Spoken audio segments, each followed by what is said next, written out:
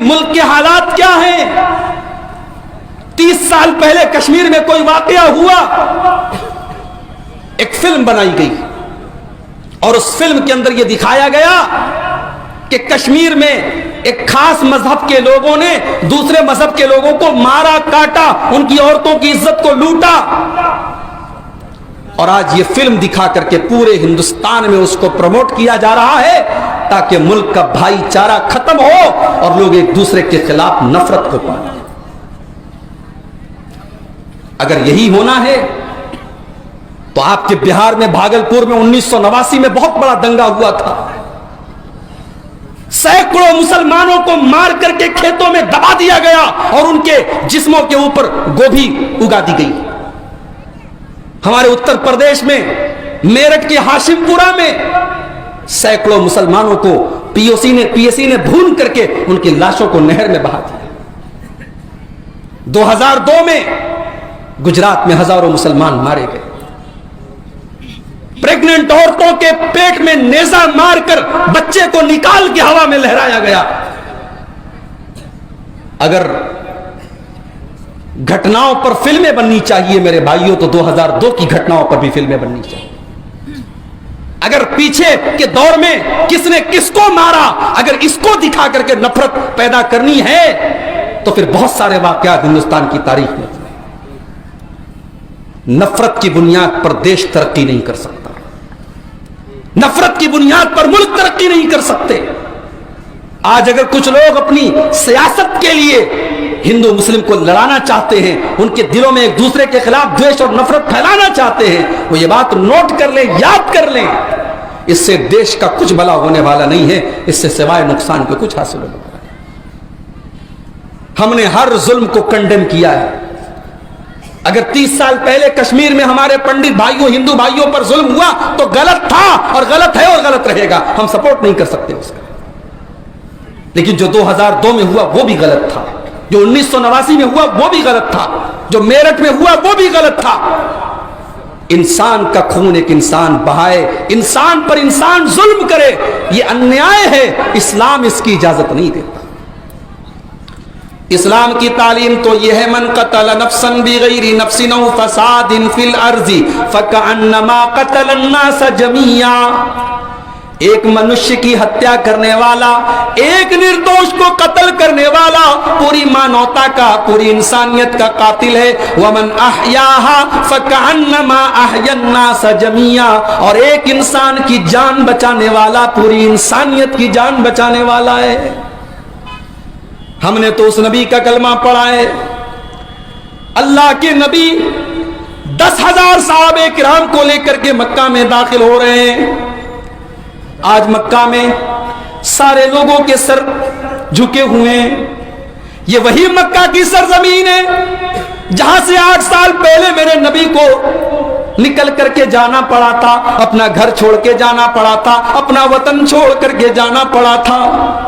आज 8 साल के बाद मेरे नबी बड़ी फातिहाना शान के साथ, बड़ी इज्जत व मकाम के साथ 10,000 सहाबे किराम के साथ आ रहे हैं। नबी का एक इशारा हो जाए पूरे मक्का में कत्लेआम हो जाएगा। नबी का एक इशारा हो जाए मक्का की गलियों में खून की नदियां बह जाएंगी। अल्लाह के नबी मक्का में दाखिल हो रहे हैं और हाय हाय, आज रूस हमला कर रहा है यूक्रेन के ऊपर। आज अभी मैंने न्यूज पढ़ी, मस्जिदों पर भी हमला हो रहा है, अस्पतालों पर भी हमला हो रहा है। आज एक मुल्क जब दूसरे मुल्क पर हमला करता है, ये परवाह नहीं करता मैं किसको मार रहा हूं, किसको कत्ल कर रहा हूं। मेरे प्यारे साथियों, मेरा नबी लोगों पर हमला करने के लिए दुनिया में नहीं आया। मेरा नबी लोगों को मारने के लिए दुनिया में नहीं आया। मेरे नबी तो रहमत बन करके आए थे। मेरे नबी मक्का में दाखिल हुए, चेहरे पर कोई गुरूर नहीं है, चेहरे पर कोई गुरूर नहीं है, होठों पर कोई मुस्कान नहीं है, सर झुका हुआ है, जुबान से अल्लाह की तकबीर के कलमात जारी हैं और आंखों से आंसू जारी। आप दाखिल हुए, खाने काबा के अंदर गए, उसमें हजरत इब्राहिम का फोटो रखा हुआ था, हजरत इस्माइल की पेंटिंग रखी हुई थी। आपने उस पेंटिंग को निकाल करके फेंका और दुनिया वालों से कहा, ओ लोगों, इब्राहिम अलैहिस्सलाम और इस्माइल अलैहिस्सलाम ने कभी अपनी तस्वीर बनाने का हुक्म नहीं दिया। खाने काबा में बहुत सारे बुत रखे थे, अल्लाह के नबी ने सारे बुतों को निकाला, नमाज पढ़ी 2 रकात, खाने काबा के बाहर निकले, खाने काबा के दरवाजे के पास खड़े हो गए। मक्का वाले लाइन से खड़े हुए, नबी ने खुतबा दिया, ला इलाहा इल्लल्लाहु वहदहु नसर अब्दहु व हज़मल अहज़ाब वहदहु। तमाम तारीफें उस अल्लाह के लिए हैं जिसने आज अपना वादा पूरा कर दिया और दुश्मनों को शिकस्त दे दी। ऐ मक्का वालों, आज मोहम्मदुर रसूलुल्लाह तुम्हारे सामने खड़े हैं, बताओ तुम्हें आज मुझसे क्या उम्मीद है, मैं तुम्हारे साथ क्या सलूक करूंगा। मक्का वाले बेचारे भीगी बिल्ली बने हुए, कहते हैं अखुन करीमुन इब्नो करीमिन, ऐ मोहम्मद आप बड़े शरीफ आदमी हैं और शरीफ बाप की औलाद हैं, हमें आपसे अच्छी उम्मीद है। अल्लाह के नबी चाहते तो इंतकाम लेते। ये वही मक्का वाले हैं जिन्होंने मेरे नबी के ऊपर नमाज की हालत में ऊंटनी की बच्चादानी ला करके रखी।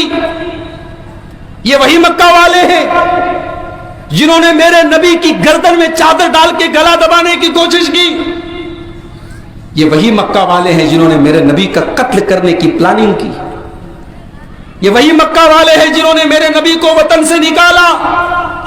आज सब लाइन से खड़े हैं। अल्लाह के नबी चाहते तो इंतकाम ले सकते थे, प्रतिशोध ले सकते थे, बदला ले सकते थे, मगर मेरे नबी तो रहमते कायनात बनकर के आए थे। मेरे नबी तो मर्सी और कृपा और दया बनकर के आए थे। मेरे नबी ने फरमाया, ला तसरीबा अलैकुमुल यौम इज़हबू अंतुम तुलका। ऐ मक्का वालों, जाओ, आज मुहम्मदुर रसूलुल्लाह किसी से बदला न लेंगे, किसी से इंतकाम न लेंगे। इज़हबू अंतुम तुलका, जाओ तुम सबके सब आजाद हो, मुहम्मदुर रसूलुल्लाह किसी को सजा नहीं देंगे। हमने तो उस नबी का कलमा पढ़ा है। मेरे आज भारत का माहौल खराब करने की बड़ी गहरी चाल चली जा रही है। सवाल यह है मेरे भाइयों, जो मेरी तकरीर का टॉपिक है, कि हम क्या करें कि हमारी खोई हुई इज्जत लौट जाए।